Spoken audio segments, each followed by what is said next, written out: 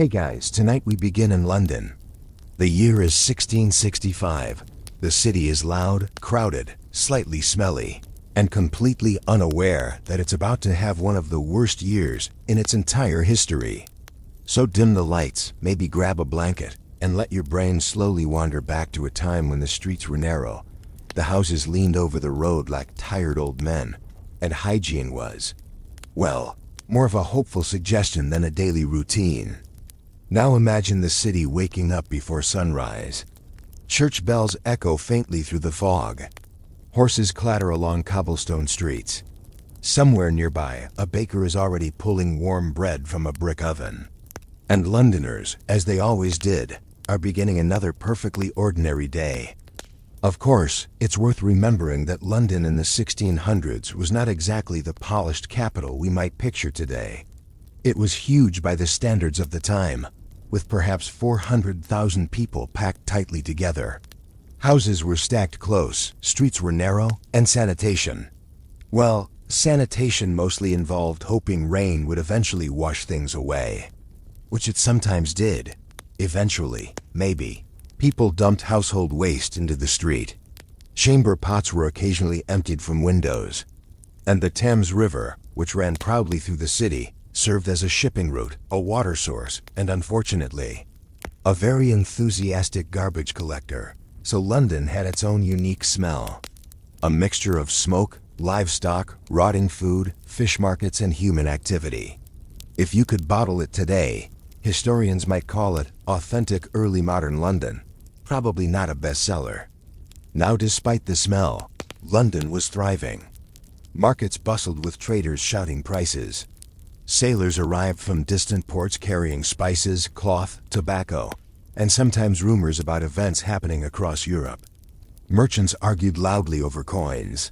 Street vendors sold pies, apples, and hot drinks to anyone passing by. Life was busy, loud, chaotic, and surprisingly normal. Because even though the year was 1665, Londoners had already heard of plague before. The disease had visited the city many times across the centuries. Sometimes it passed quickly. Sometimes it lingered longer than anyone wanted. But by the mid-1600s, many people hoped those terrible outbreaks belonged mostly to the past, which, as history gently reminds us, was a bit optimistic.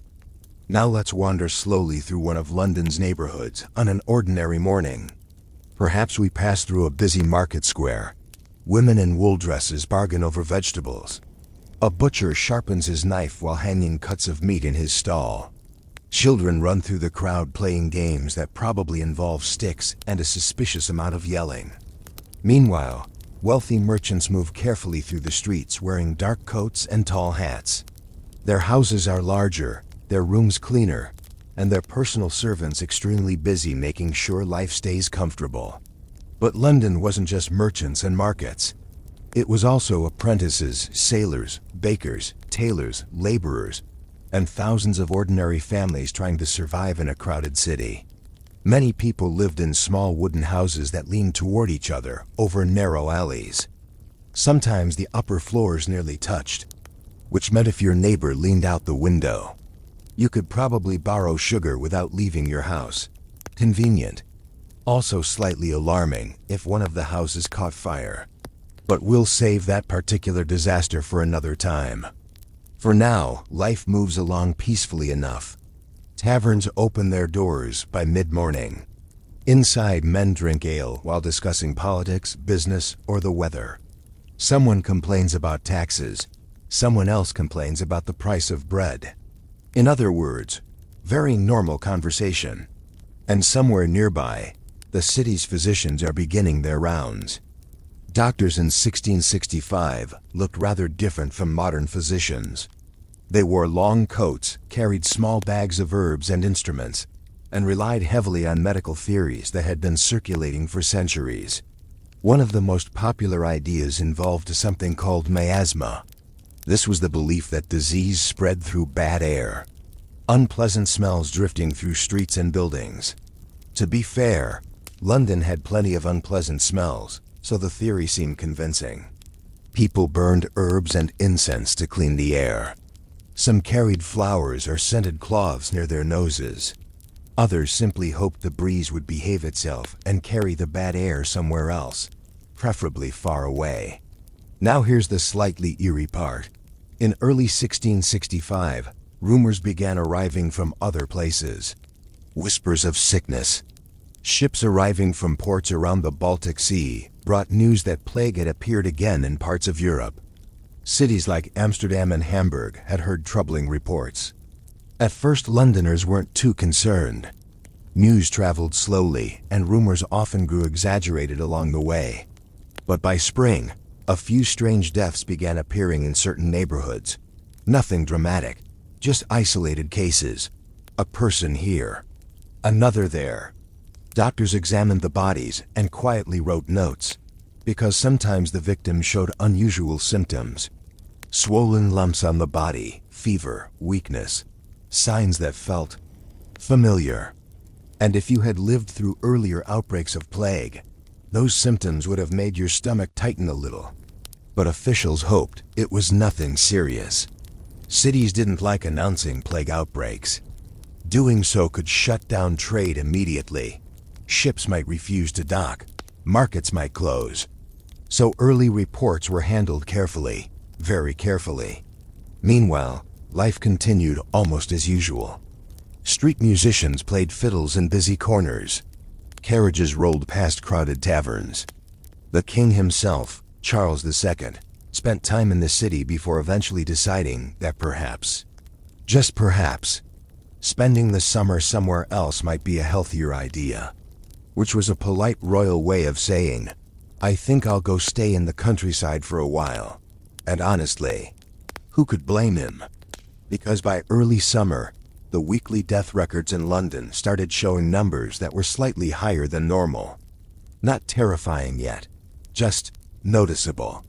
Parish clerks carefully recorded deaths in documents called the Bills of Mortality. These lists tracked causes of death across the city. When plague appeared, it usually showed up there first. At first the number might be 1, then 2, then 3. And Londoners began doing something humans have always done when facing uncertain danger. They watched the numbers. They discussed them quietly in markets and taverns. Some people shrugged and went about their business. Others felt a small knot of worry forming in their chest. Because plague had a reputation, and not a friendly one. But the strange thing about the early months of the Great Plague is how ordinary everything still felt. Shops remained open. Ships continued arriving at the docks. Weddings happened. Markets filled with noise. Daily life continued. Almost stubbornly normal. Which is something historians often notice about disasters. They rarely begin with dramatic explosions of chaos. Instead, they creep forward quietly, while people are still buying bread, arguing about prices, and planning tomorrow's errands. And that's exactly where we'll pause for tonight's first gentle moment. London in early 1665.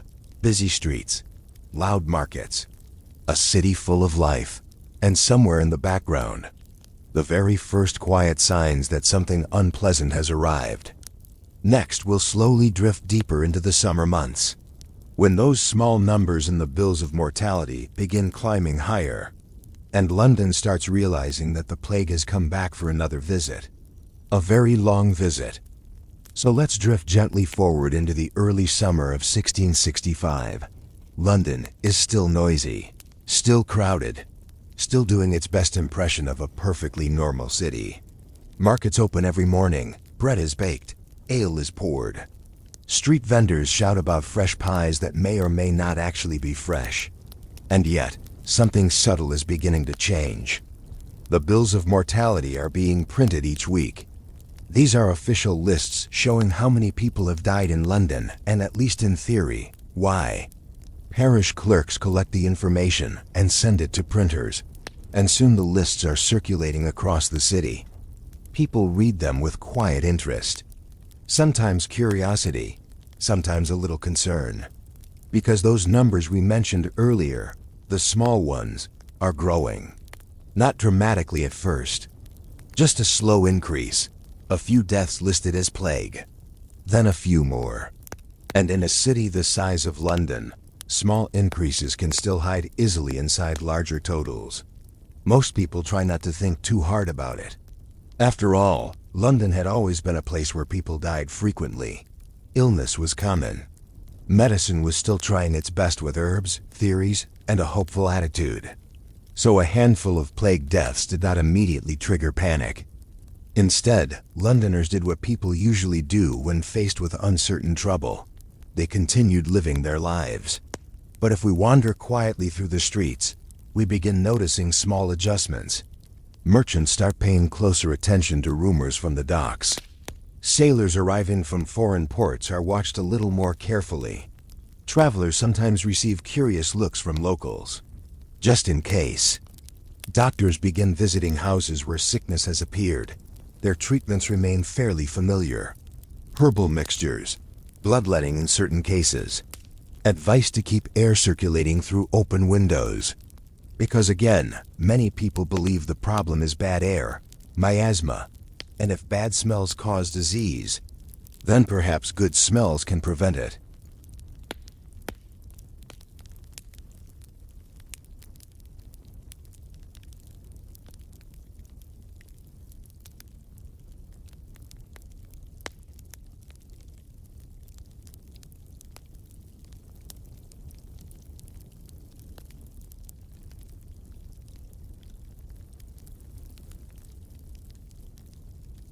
Meanwhile, the city government begins watching the numbers more carefully. Officials meet.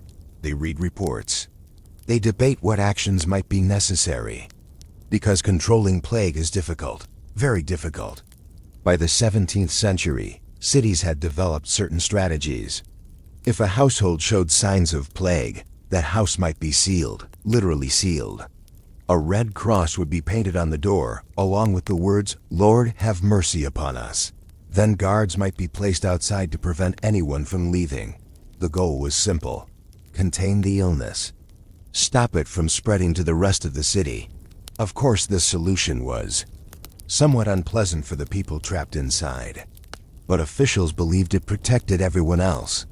And as the summer progresses, a few houses begin receiving those painted crosses. At first, only a handful, but enough that people start noticing. Neighbors whisper about it while walking through alleys. Someone points quietly at a marked door.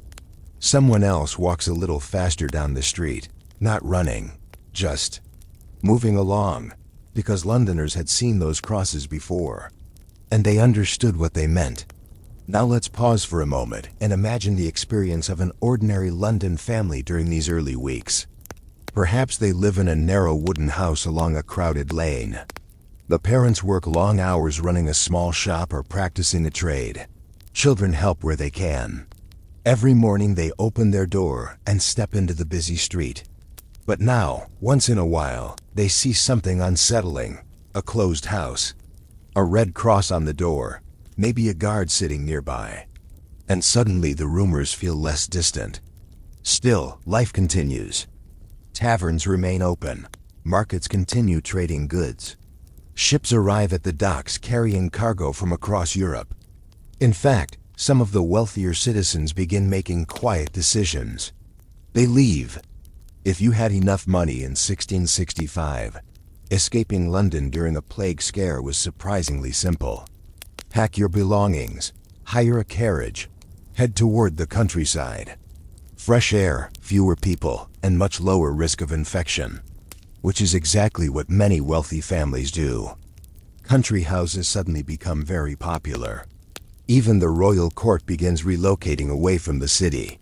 Our previously mentioned king, Charles II, spends more time outside London as the situation becomes less comfortable. Of course, not everyone has the luxury of leaving. Most Londoners remain exactly where they are, working, eating, sleeping, watching the weekly death numbers climb just a little higher each time. And here's the strange psychological effect historians often notice. For quite a while, people adapt to the new reality. Yes, plague exists. Yes, some houses are sealed. But the city is enormous. Thousands of streets.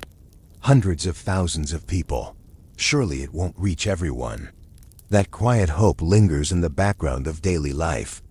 But by midsummer, the numbers start rising faster. The bills of mortality begin listing dozens of plague deaths, then hundreds. Church bells ring more frequently as funerals increase. Gravediggers become extremely busy. Still, markets remain open. Bread is baked. People continue moving through the streets. Because survival requires routine. And Londoners are stubbornly good at routine. Now let's wander into another corner of the city. The poorer neighborhoods. These districts are packed tightly with small houses and narrow alleys. Families often share rooms. Windows are small. Airflow is limited, which unfortunately makes disease spread more easily. As plague grows stronger, these areas suffer first. Doctors visit house after house, writing notes, offering treatments, sometimes simply offering sympathy. Because medical options remain limited, very limited. Yet even here, people continue working when they can. Street sellers still shout their prices. Children still run through alleys chasing each other. Human life has a curious way of continuing, even while danger slowly builds around it. But by late summer of 1665, something changes. The numbers jump again. Suddenly hundreds of plague deaths become thousands.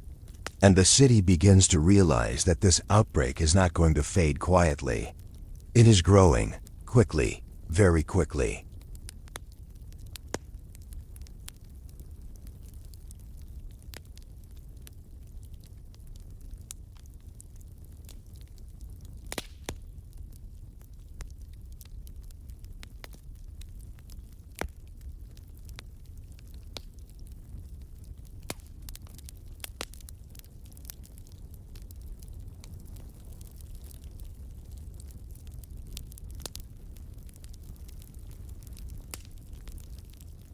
And the city slowly drifts into uneasy sleep, while the plague continues its quiet work. So remember summer 1665? Things in London were really starting to change, like you could genuinely feel the mood shifting. Can you imagine? Earlier in the year, the plague was something distant, a rumor, a handful of numbers on a printed list. But now the numbers are getting harder to ignore. Each week, the bills of mortality arrive with fresh totals, and people read them with a growing sense of unease. What used to be a few dozen deaths has quietly climbed into the hundreds, and soon the weekly plague numbers move past 1,000. And once that happens, something interesting begins to occur across the city. London starts slowly emptying. Not completely, of course, because the city is far too large for that. But if you stand on a busy street in early July and then return to that same street a few weeks later, you might notice fewer carriages, fewer travelers, fewer wealthy merchants strolling confidently between shops. Because the moment people with money realize the outbreak is serious, they begin leaving in large numbers. Carriages roll out of the city gates every morning carrying families, servants, trunks of clothing, and enough supplies to last weeks or months in the countryside. Country estates that normally sit half empty during the year suddenly fill with nervous visitors. Even government officials quietly relocate their offices away from the worst danger, and once again, Charles II spends much of his time outside London, because being king does not automatically make you immune to infectious disease. Sadly, the people who remain behind are mostly those who cannot afford to escape: craftsmen, laborers, servants, shopkeepers, sailors. And the city still needs them. Bread still has to be baked, ships still need unloading. Streets still need cleaning, or at least attempting to be cleaned. So London continues functioning, but the atmosphere feels different now. Quieter in some places, more cautious. People walk a little faster through crowded areas. Some avoid unnecessary conversations. Others carry herbs or flowers close to their faces, hoping the pleasant smell will protect them from dangerous air. It is not unusual to see someone holding a cloth soaked in vinegar over their nose, which probably made the city smell slightly like a giant salad dressing factory. But desperate times produce creative solutions. Now let's talk about something that becomes a very familiar sight during these months: the Red Crosses. Earlier we mentioned that infected houses could be sealed, and by midsummer, this policy becomes much more common.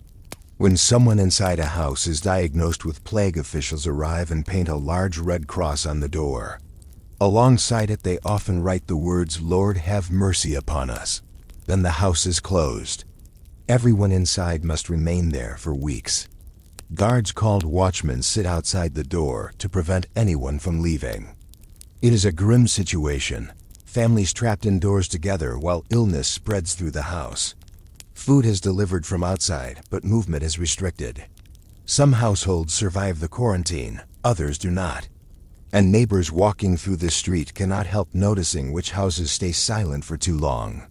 The red crosses slowly multiply across different neighborhoods, and street after street begins showing the same haunting symbol. Now here is something historians often point out. Even with these measures, people still tried to maintain a sense of normal life whenever possible. Markets did not completely shut down, they simply adjusted. Some vendors moved their stalls farther apart. Others limited how close customers could stand, and buyers tried not to linger too long near crowded tables. Of course, in a packed city like London, social distancing was not exactly easy, but people tried.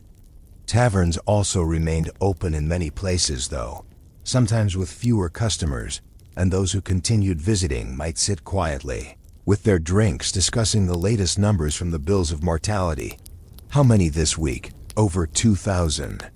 A pause, a slow sip of ale.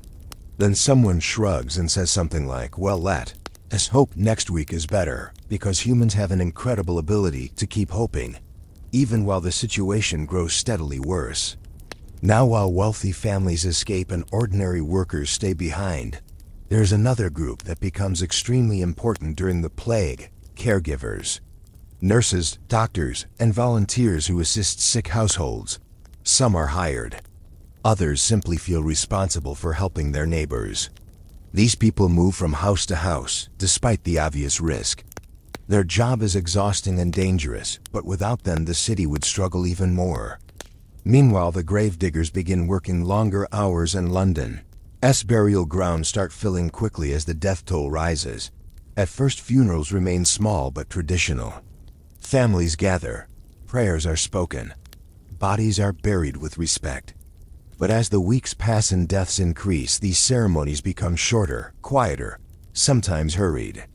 Church bells ring constantly across the city, marking one funeral after another.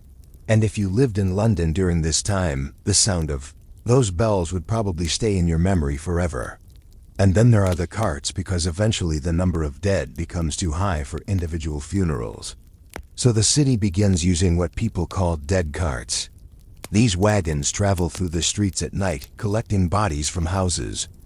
Workers call out as they move through neighborhoods, giving families a chance to bring their dead outside. The cart continues its slow journey, stopping again and again, then heading toward large burial pits outside the city. It is a quiet, grim routine that becomes part of daily life, yet strangely life still continues around it.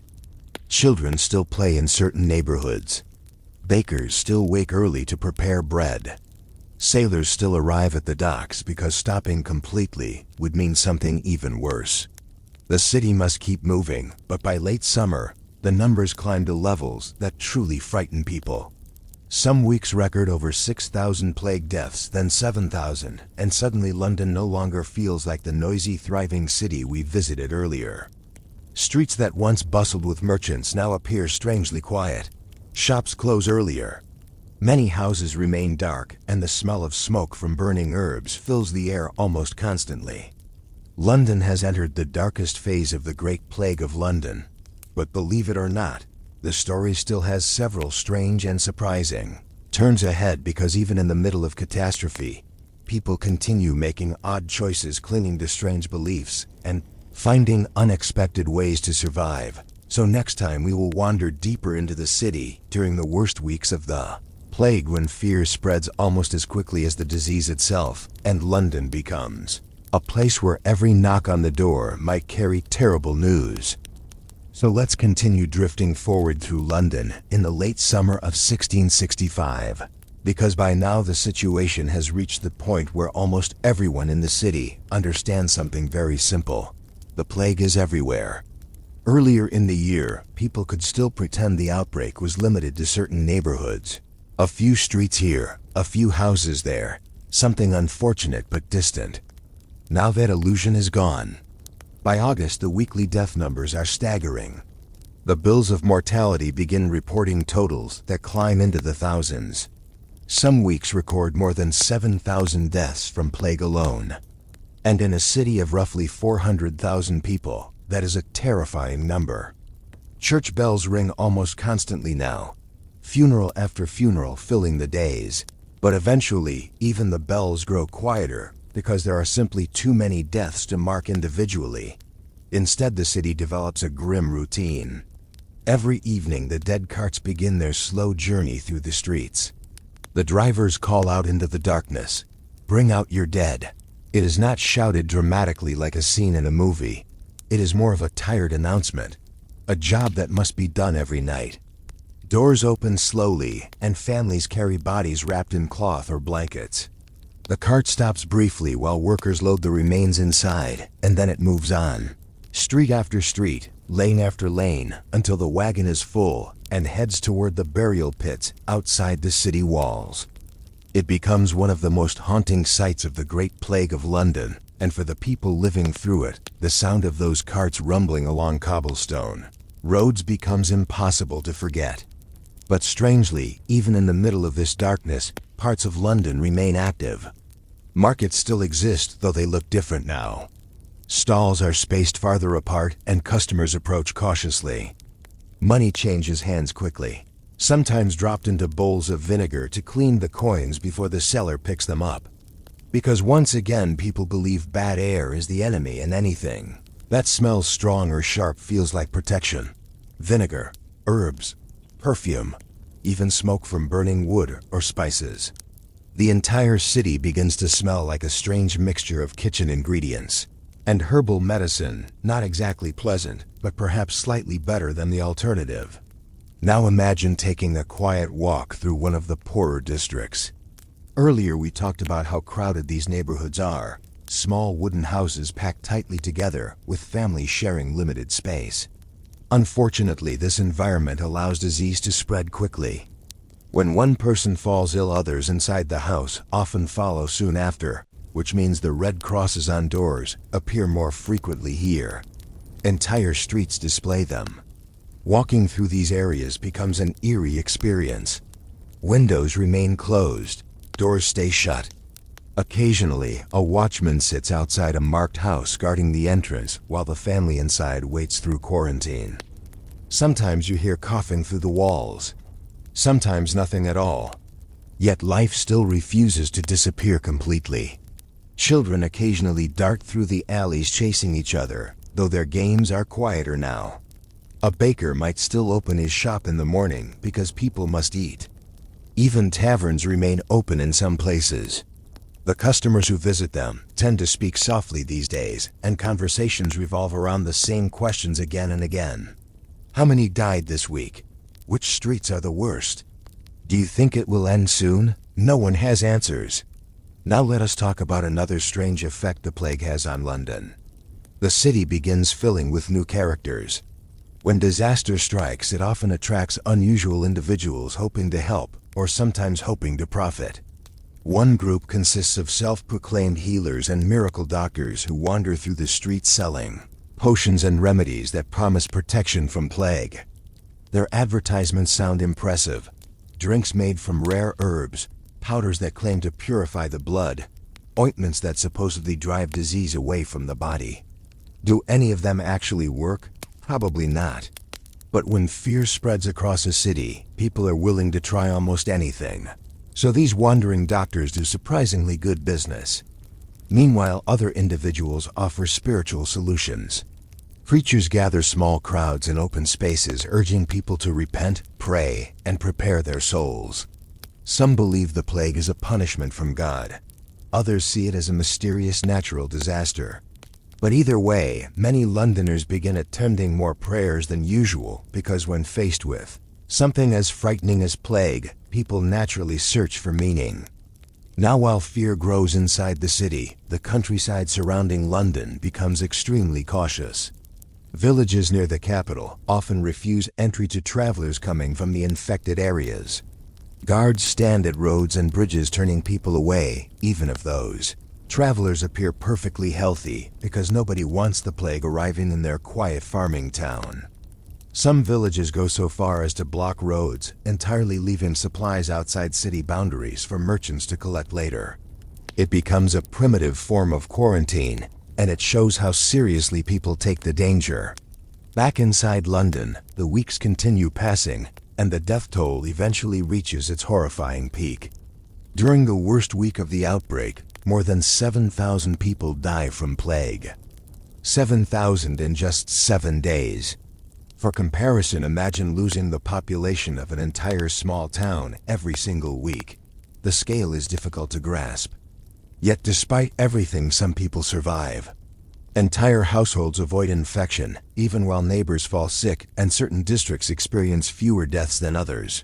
Slowly, almost invisibly, something begins changing again.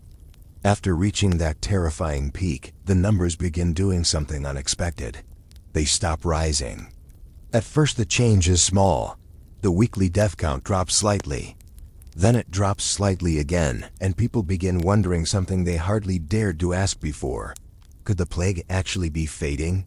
No one wants to celebrate too early because London has been fooled before. But week by week the numbers continue drifting downward, very slowly, very cautiously. Somewhere across the city, families who have been holding their breath for months begin feeling the smallest hint of relief. Of course, the plague is not finished yet. Far from it. But the worst weeks may finally be passing. So next time we will gently follow London into the later months of 1665, when the city begins the long process of recovering from one of the most devastating outbreaks in its history, and people slowly return to streets that once again start filling with life. So let us gently continue our quiet walk through London in the autumn of 1665. The city has just survived its most terrifying weeks. Thousands of deaths. Streets filled with fear. The constant rumble of carts in the night. But something subtle has begun to change. The numbers are falling. Very slowly at first. Almost so slowly that people hesitate to trust it. The weekly bills of mortality still report terrible losses, but the peak has passed. 7,000 deaths becomes 6,000. 6,000 becomes 5. It is still horrifying. But the direction matters. For months, London had watched the numbers climb upward like a staircase with no end. Now finally the staircase is going down. And people notice. If you walk through the markets in early autumn, you begin hearing a new kind of conversation. Did you see the numbers this week? Yes, fewer than last week. Maybe the worst is over. No one says this loudly because Londoners have learned to be cautious with hope, but the idea begins spreading quietly through the city. Perhaps the plague is losing its grip. Now historians still debate exactly why the outbreak began fading. Some theories involve the colder weather arriving later in the year. Others focus on how many people had already been exposed, which slowed the spread. And of course the city had already lost a heartbreaking number of its citizens. But whatever the reason, the pattern becomes clear by late autumn. The plague is retreating. Not disappearing overnight, of course, because that would be far too convenient. Instead, the decline happens slowly week by week. 3,000 deaths. 2,000. Then eventually hundreds. After the nightmare of the summer, those numbers almost feel manageable. But the city itself looks very different now. Let us wander again through the streets we visited earlier. Some markets are reopening more confidently. Merchants who fled months ago begin cautiously returning to their shops. Doors that were once sealed with red crosses are now being scrubbed clean. Watchmen disappear from many of the quarantined houses. For the first time in months, some streets begin filling with the normal sounds of everyday life again.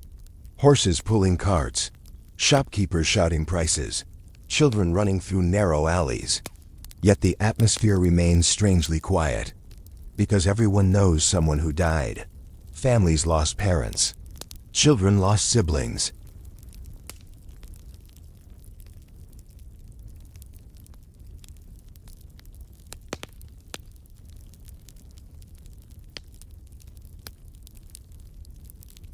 Many churches hold special services for the dead. And slowly the wealthy residents who escaped earlier begin coming back. Carriages roll through the gates once again carrying trunks, furniture and servants who look slightly nervous about returning. But business must continue. Trade must resume. London is still the heart of England's economy, and it cannot remain empty forever. Even the royal court eventually returns to the city. Charles II, who wisely spent much of the outbreak away from the worst danger, comes back to a capital that feels both familiar and changed.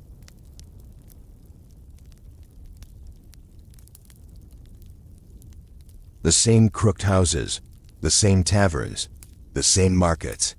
But there are small differences everywhere. Certain shops remain closed permanently. Some homes stand empty.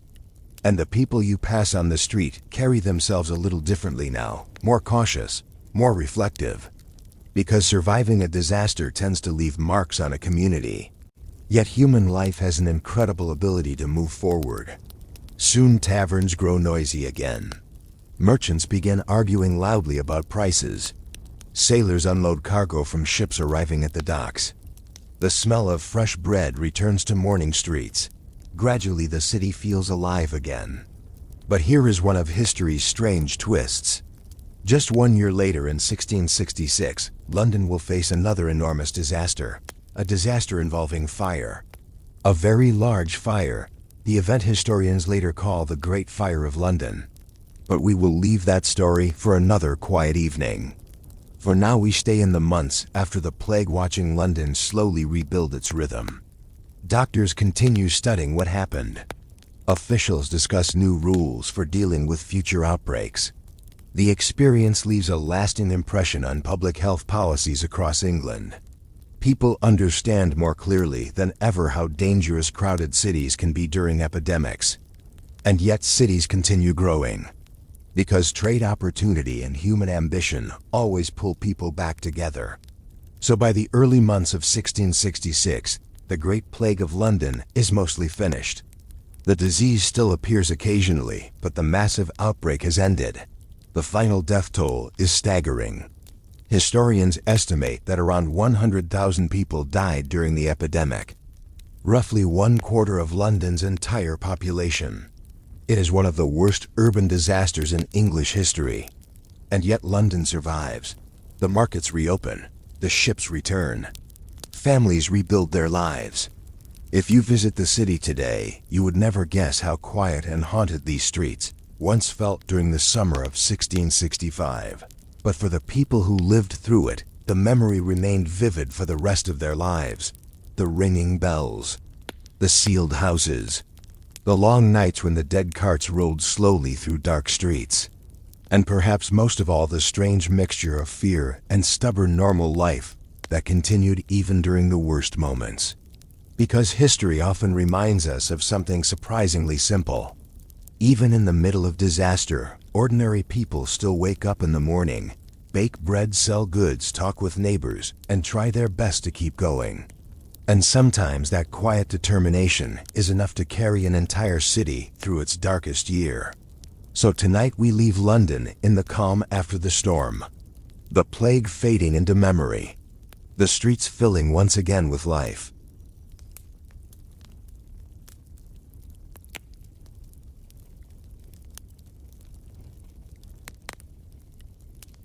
So let's drift back into London during the plague months for a moment. Because while the story of rising death numbers is important, another fascinating part of the outbreak is how people tried to protect themselves. Humans are incredibly creative when they are frightened. And London in 1665 became a city full of strange ideas, hopeful remedies, and surprisingly confident medical advice. Some of it made a little sense, some of it not so much. Let us begin with the smell problem.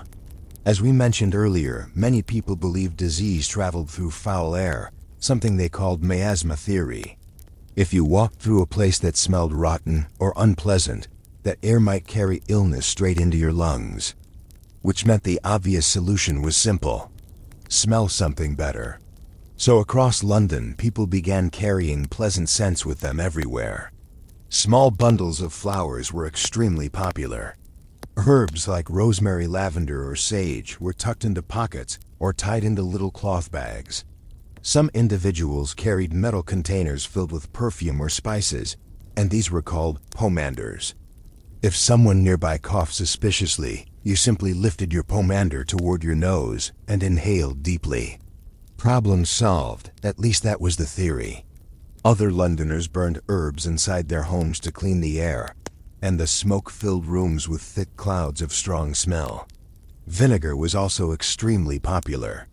People soaked cloths in vinegar and held them over their faces when walking through crowded streets. Some even wiped door handles and coins with vinegar, believing it might remove dangerous contamination. If nothing else, London must have smelled like an enormous herbal kitchen during those months. Now let us talk about medicine. Doctors in the 1600s worked with the knowledge available to them at the time, which was a fascinating mixture of ancient theories, careful observation, and a fair amount of guessing. One common treatment involved bloodletting. This practice assumed illness came from an imbalance inside the body, and removing some blood might restore that balance. So doctors sometimes used small blades or special cups to draw blood from patients. Did it cure plague? Unfortunately, no. But it was considered respectable medical practice. Other treatments involved herbal drinks, powders made from dried plants, or mixtures containing ingredients like garlic, vinegar, and honey. Some remedies were surprisingly elaborate. Apothecaries prepared complicated mixtures with dozens of ingredients, and a person could spend quite a lot of money on a bottle promising protection from plague. Whether the bottle worked was another question entirely. But when fear spreads through a city, people become willing to try almost anything. Which brings us to the traveling healers. During the outbreak, London attracted individuals who claimed to possess special cures. Some carried mysterious potions, while others offered magical amulets that supposedly protected the wearer from infection. Their advertisements sounded impressive. Elixir against the plague, guaranteed protection, ancient secret remedy, and naturally desperate customers lined up to buy them. Of course, not everyone trusted these miracle doctors, and some Londoners simply rolled their eyes and continued relying on traditional physicians. But in times of crisis, hope itself becomes a powerful product. Now, while medicine and perfumes filled the city, another group of people offered a very different solution: religion. Many preachers believed the plague was a punishment sent by God. According to this idea, the city had grown sinful or careless, and the epidemic served as a warning. So they encouraged people to repent, pray, and live more virtuous lives. Church attendance increased dramatically during parts of the outbreak. Even those who rarely attended services began appearing in pews, listening quietly to sermons about repentance and humility. Because when confronted with something as mysterious as plague, people naturally search for meaning, and faith often provides comfort. But religion also appeared in stranger forms. Some individuals walked through the streets shouting warnings about divine judgment, while others wrote pamphlets explaining that the plague was a sign of the approaching end of the world. London had always been a lively city for unusual ideas, and the plague only made those voices louder. Meanwhile, practical officials attempted to control the situation with rules. Houses with infected residents were sealed. Public gatherings were limited in certain districts. Street cleaning increased in some areas to remove waste that might produce foul air. Even animals were affected. Authorities believed cats and dogs might spread the disease, so large numbers of them were killed during the outbreak.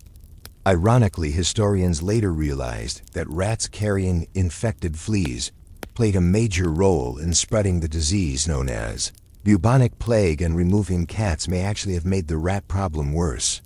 But of course, the people of 1665 did not know this. They were working with the best information available at the time. And despite the strange remedies, despite the rumors and confusion, many Londoners showed incredible courage. Doctors continued visiting sick patients, even while knowing the risk. Nurses cared for infected families. Grave diggers worked exhausting hours to bury the dead. Ordinary shopkeepers kept selling food so the city would not starve. In the middle of fear and uncertainty, countless individuals simply kept doing their jobs, and that quiet persistence helped London survive. Eventually, as we discussed earlier, the outbreak known as the Great Plague of London began fading during the later months of the year. The strange remedies slowly disappeared from everyday conversation. The pomanders were tucked away. The vinegar cloths vanished from people's faces. And London began rebuilding its ordinary routines. But the memory of those unusual survival methods remained part of the city's history. Stories passed from one generation to the next. Stories about the summer when the air smelled of herbs, the streets echoed with church bells, and everyone carried some small object they hoped would keep the plague away. Next, we will gently explore one more part of this story, the long-term legacy of the Great Plague and how the experience quietly changed London forever. So now we arrive at the final stretch of our long, slow walk through London during its year of plague. The worst has passed. The death carts no longer rumble through the streets each night. The bells ring less often for funerals. But the city that remains is not quite the same one that existed before 1665. Because when a place loses nearly a quarter of its population, the silence afterward feels different. If you wander through London in early 1666, you begin noticing small signs everywhere. Certain houses remain empty. Some workshops never reopen because their owners did not survive. Entire families have disappeared from neighborhoods where they once lived for generations. And yet life keeps rebuilding itself. Markets return first. Traders reopen their stalls and begin shouting prices again. Fishermen unload fresh catches along the river. Bakers wake before dawn to prepare bread for customers who are slowly returning to normal routines. The city is healing, but slowly. Now imagine the perspective of someone who survived those months. Perhaps a shopkeeper who watched neighbors fall ill one by one. Or a servant who cared for a sick household. Or a child who remembers hearing the night carts roll past the window again and again. Those memories do not disappear quickly. For years afterward, the Great Plague of London remains a common topic of conversation across England. People tell stories about what they saw, about strange remedies, sealed houses, and the weeks when London felt almost abandoned. Some write detailed diaries describing their experiences. One of the most famous observers of the plague years is Samuel Pepys, a government official who carefully recorded daily life in London during the 1660s. His diary offers historians a fascinating window into how ordinary citizens reacted as the outbreak unfolded. Pepys wrote about the rising death numbers, the fear spreading across neighborhoods, and the moment when many wealthy residents began fleeing the city. His observations help modern historians understand what it actually felt like to live through that terrifying year. Another detailed account comes from Daniel Defoe, who later wrote a book describing the plague's events in vivid detail. Although he was only a child during the outbreak, his writing collected stories from survivors and preserved them for future generations. Through these records, we gain a clearer picture of London's struggle. Not just the numbers, but the emotions behind them. The fear, the confusion, the stubborn determination to keep going, even when things looked hopeless. Now let us consider how the city itself changed after the epidemic. One major lesson involved public health. Officials began thinking more carefully about how disease spread through crowded urban environments. Quarantine measures became more organized. Ports watched incoming ships more closely for signs of illness. Local governments slowly developed stronger systems for responding to outbreaks. These improvements were not perfect, but they represented the beginning of more serious efforts to control epidemics in large cities. And London would need those lessons because the world of the 17th century still faced many diseases from smallpox to cholera. The experience of 1665 forced people to start paying closer attention to sanitation, crowding, and medical observation. Even though they did not yet understand bacteria or viruses, they were learning through experience. History can be a harsh teacher sometimes, but it does teach. Meanwhile, everyday life continued rebuilding. Children who survived the plague grew into adults who told their own families about that strange year. Merchants resumed trade across Europe. Sailors returned to the Thames with cargo from distant ports. London remained one of the most important cities in the world. But here is one final twist in our story. Just when London was beginning to feel stable again, disaster struck once more. In September of 1666, a fire started in a bakery on Pudding Lane. At first it seemed like a normal accident, but strong winds pushed the flames through the crowded wooden buildings of the city. Fire spread rapidly from house to house, jumping narrow streets where upper floors leaned close together.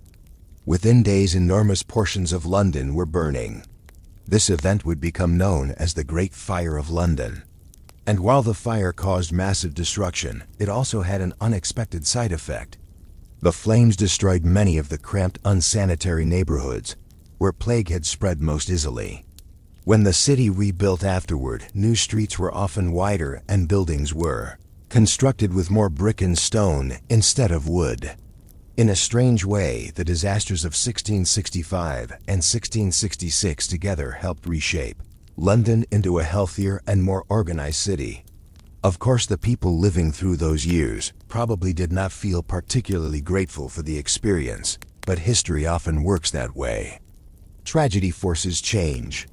Now, as we reach the end of tonight's story, let us imagine one last quiet scene.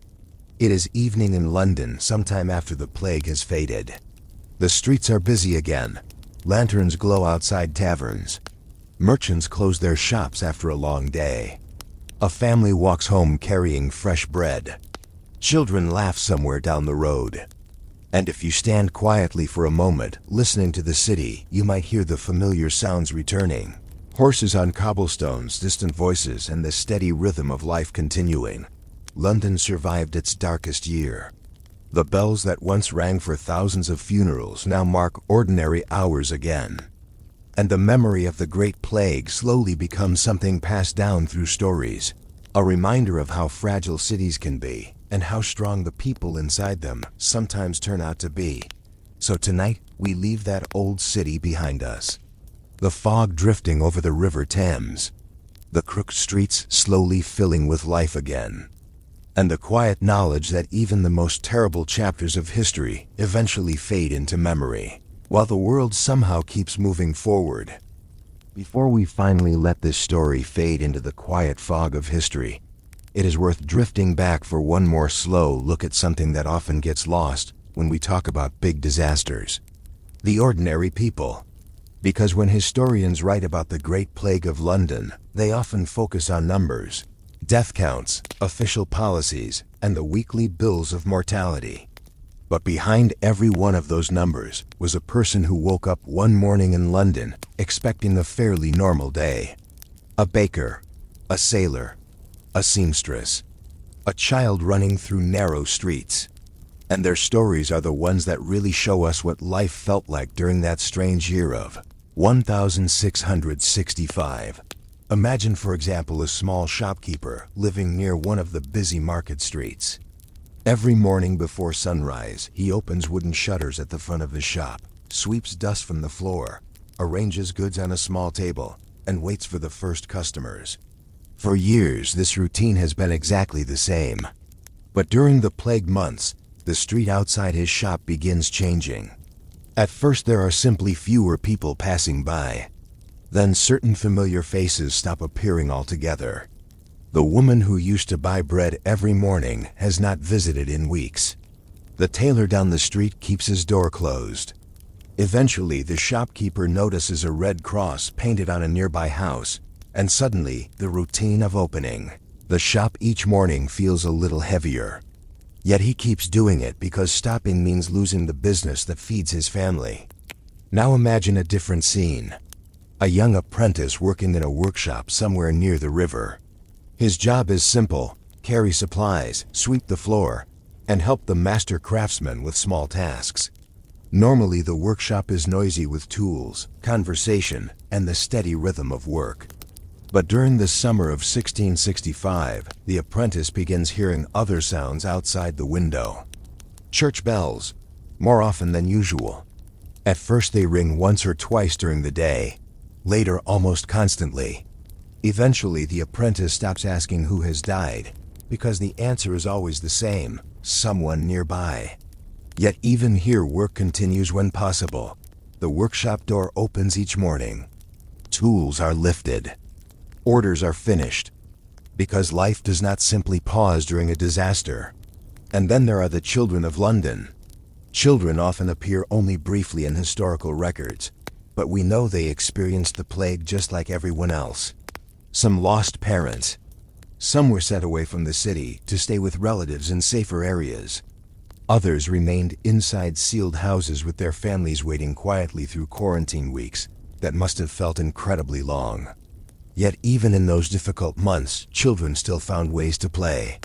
Historians mention kids running through certain streets, chasing each other between buildings, and inventing games to pass the time while adults worried about survival. Because childhood has its own stubborn resilience. Now let us pause for a moment and imagine the experience of a nurse during the plague. These individuals were responsible for caring for sick patients inside infected houses. It was dangerous work, and many nurses caught the disease themselves. But without them, entire families would have faced illness alone. A nurse might enter a sealed house carrying basic supplies, check on patients, bring water, and try to keep the room comfortable. Sometimes people recover, sometimes they do not. And after finishing her work in one house, she moves on to the next. Quiet courage like that rarely appears in official records, but it existed all across London during those months. Another group worth remembering are the Watchmen. These were the guards who sat outside houses marked with red crosses, and their job was to ensure that quarantined families stayed inside. It sounds simple, but imagine the strange tension of sitting outside a door for hours knowing illness is inside. Sometimes families begged to leave. Sometimes they shouted through the door. And the watchman simply remained there, doing his duty.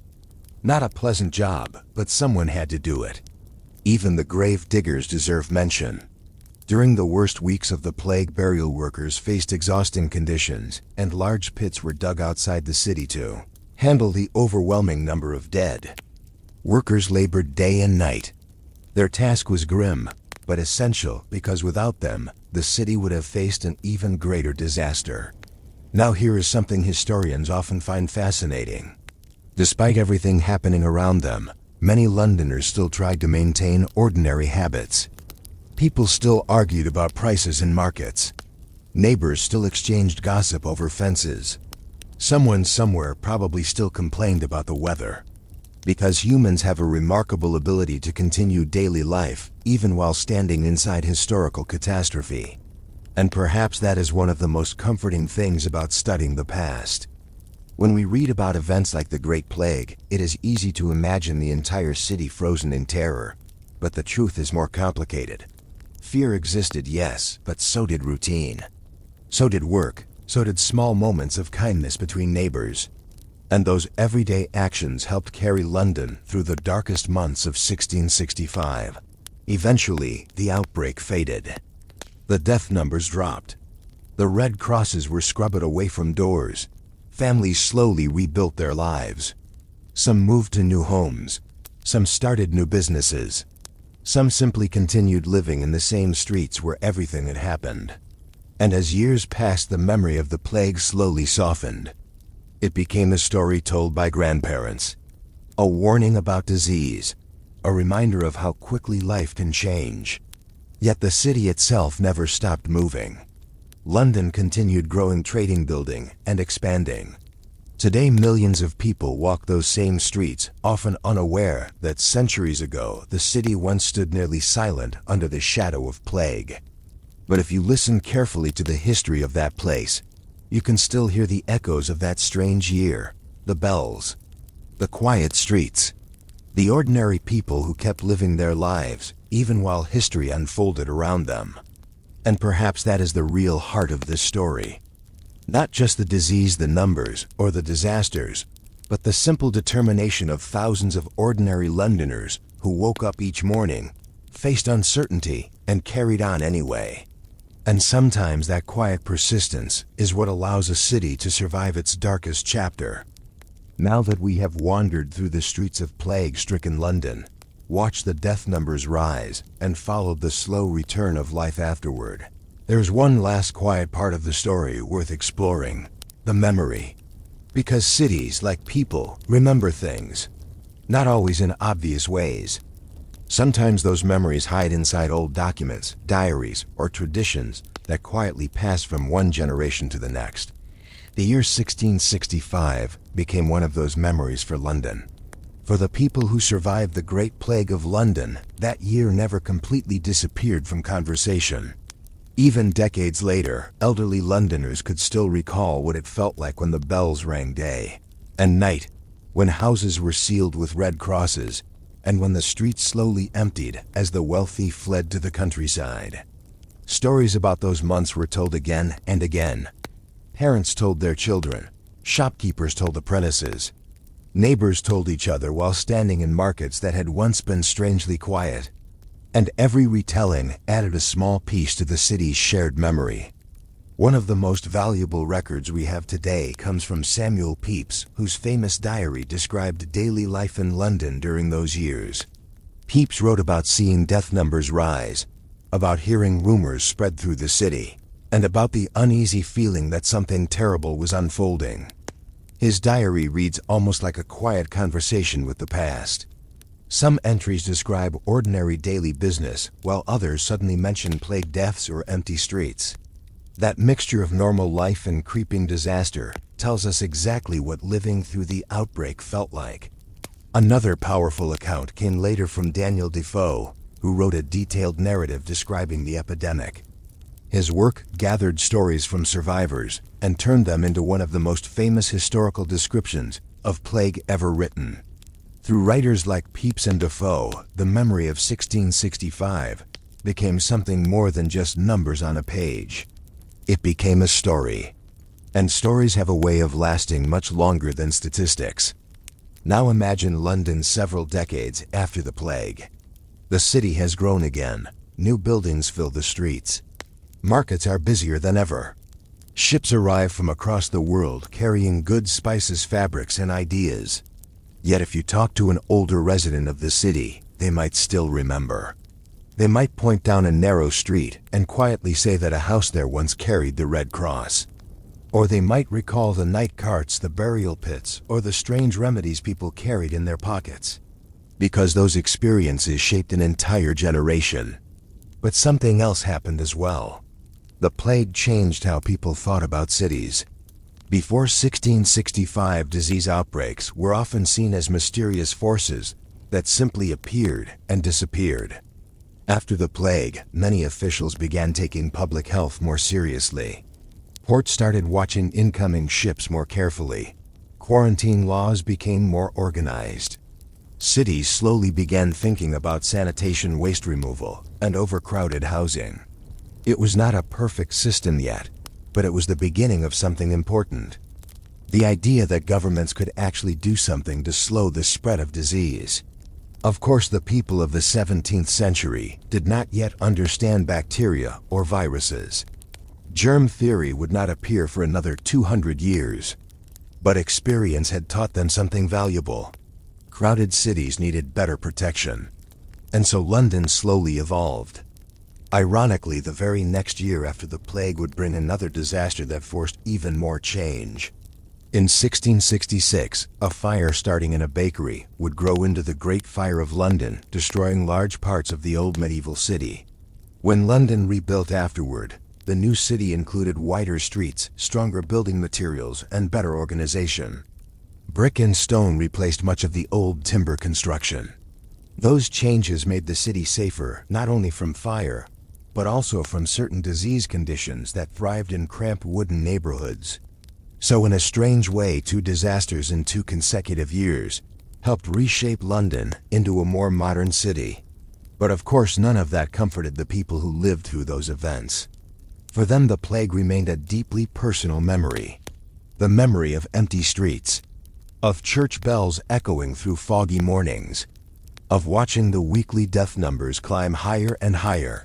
And yet the memory also included something hopeful. Because London survived. The city did not disappear. Trade did not end. Life continued. Within a few years, new families moved into empty houses and children were born, who would grow up hearing stories about the plague year. Markets filled again with noise and laughter. Ships returned to the River Thames in greater numbers than ever before. And eventually the terrible summer of 1665 faded into something historians would later study as one of the most dramatic episodes in English history. Today, when millions of people walk through modern London, they rarely think about those months when the city once felt silent and afraid. But the history is still there, hidden beneath layers of time, in old parish records, in diaries, in books written centuries ago.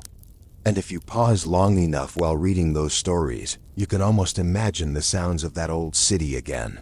The creaking wagons, the distant bells, the quiet determination of ordinary people waking up each morning and continuing their lives in the middle of uncertainty. And perhaps that is the most enduring lesson of the Great Plague. Cities are fragile, but the people inside them can be remarkably resilient. Even during the darkest chapters of history, life has a way of slowly returning. And when it does, the memory of survival becomes part of the story the city tells forever. And so we arrive at the final quiet stretch of our journey through London in the year 1665. We have wandered through crowded markets before the outbreak began. We watched the plague creep into the city almost unnoticed. We followed the terrifying weeks when death carts rolled through the streets and church bells rang without rest. And finally, we saw the slow return of life. But the last thing worth remembering about the Great Plague of London is not just how destructive it was. It is how stubbornly the city kept existing. Because London had already survived many disasters long before 1665. Fires, wars, political chaos, and disease outbreaks. The city had faced them all in different forms. And each time life somehow continued. During the plague year, the population shrank dramatically. Historians estimate that around 100,000 people died. Entire neighborhoods lost families. Shops closed. Streets grew quiet. For a moment, it must have felt as if the city itself was fading. But London never truly stopped moving. Even in the darkest weeks, someone still opened a bakery at sunrise. Someone still unloaded cargo at the docks. Someone still swept the floor of a shop before opening the door. Those small actions rarely appear in official records, but they are the reason cities survive. Now imagine walking through London a few years after the plague ended. The streets are busy again. Horses pull carts loaded with goods. Merchants shout prices in crowded markets. Sailors laugh loudly outside taverns near the river. If you did not know the history, you might assume the city had always looked this lively. Yet the older residents remember. They remember the summer when many neighbors disappeared. They remember watching the weekly death numbers printed in the bills of mortality. They remember seeing red crosses painted across doors. And sometimes they tell those stories to younger listeners. Perhaps a grandfather sitting beside a fireplace explains how quiet the streets once felt. Perhaps a grandmother describes the strange remedies people carried, such as flowers, herbs, and vinegar cloths. The younger generation listens with wide eyes. To them it almost sounds unreal, but history often feels that way when enough time passes. Years later, the famous diary of Samuel Pepys would help preserve these memories. His careful notes about daily life in London became one of the most important records historians possess today. Pepys did not just write about the plague itself. He wrote about ordinary things happening around it, such as dinners, meetings, and conversations with friends. That contrast makes his diary powerful because it shows how everyday life continued, even while disaster unfolded. Later writers like Daniel Defoe helped turn the plague year into a lasting historical narrative. Through stories and collected memories, they ensured that future generations would understand what London had experienced. And then, as if history decided the city had not been challenged enough, another disaster arrived. In 1666, flames from a small bakery accident spread rapidly through crowded wooden streets creating the Great Fire of London. Large sections of the old city burned to the ground. Strangely enough, this destruction helped London rebuild in a safer way.